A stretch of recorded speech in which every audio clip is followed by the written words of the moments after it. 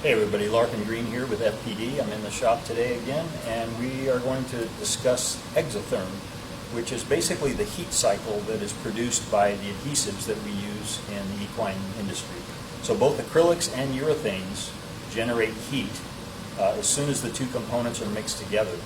And that heat has to be managed because you can actually do a fair amount of damage from the heat generated by these materials. So exotherm simply means something that gives off heat, and so that's a certain cycle that takes place as soon as adhesives are mixed. The heat is a chemical reaction that is actually responsible for setting the material to its specification. So that's called exotherm. So there are two things that are really critical about that. Number one is the more mass you have, the more adhesive you have, the hotter it gets. And so that's really critical when you're doing especially large repairs, resected hoof wall, where you're going to be using a significant amount of adhesive. You have to go in layers, and that first layer needs to be about 1/8 of an inch thick, because that can't generate enough heat to really affect the tissue that it's up against, but it will be sufficient heat to set the material. So basically the key here is layers. We go in layers. The larger the repair, the more critical it is to go in layers. And especially the first layer that we put down should be between 1/8 and 1/4 of an inch thick.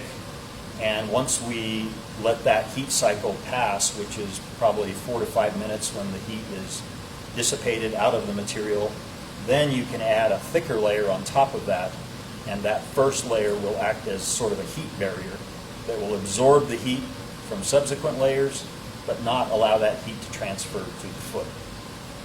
The second thing is that we have to be conscious of the way the heat cycle, the way that the timing is of the heat cycle, the way it goes.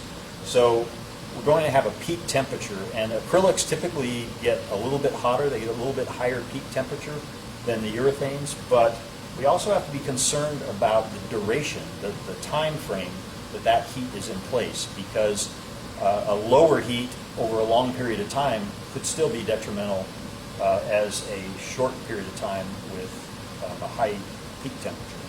So again, all of this is fairly easily controlled with layers. So we're going to take a look at what those layers look like now. So we've got a pad here, and it's very easy to the tendency is to want to fill any hoof defects all at once.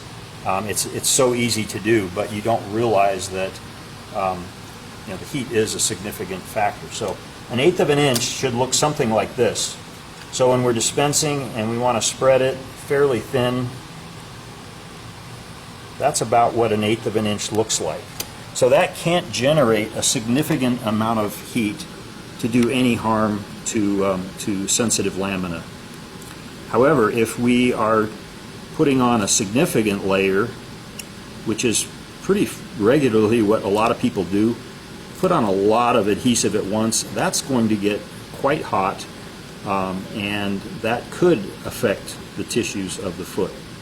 So we have to manage that always, and if you go in layers, you will never have a problem. It'll never be an issue for the safety of the horse. All right, so we're talking about layering, and we've dispensed some material out here, and the initial layer that we want should be about 1/8 of an inch thick, and this one, it represents something that we don't want to do all at once. So this has been about 4 minutes, and the material is, the heat has completely dissipated from this layer, while this is still retaining a fair amount of heat. So to get that dimension, all we have to do is add another layer to the 1/8 inch layer, and we can get that same dimension. Now the advantage of this is that that layer that we put down initially will absorb the heat from the second layer, but it will not allow that heat to transfer to the hoof. So it's an easy thing to manage, but we have to remember, go in layers. It's really important.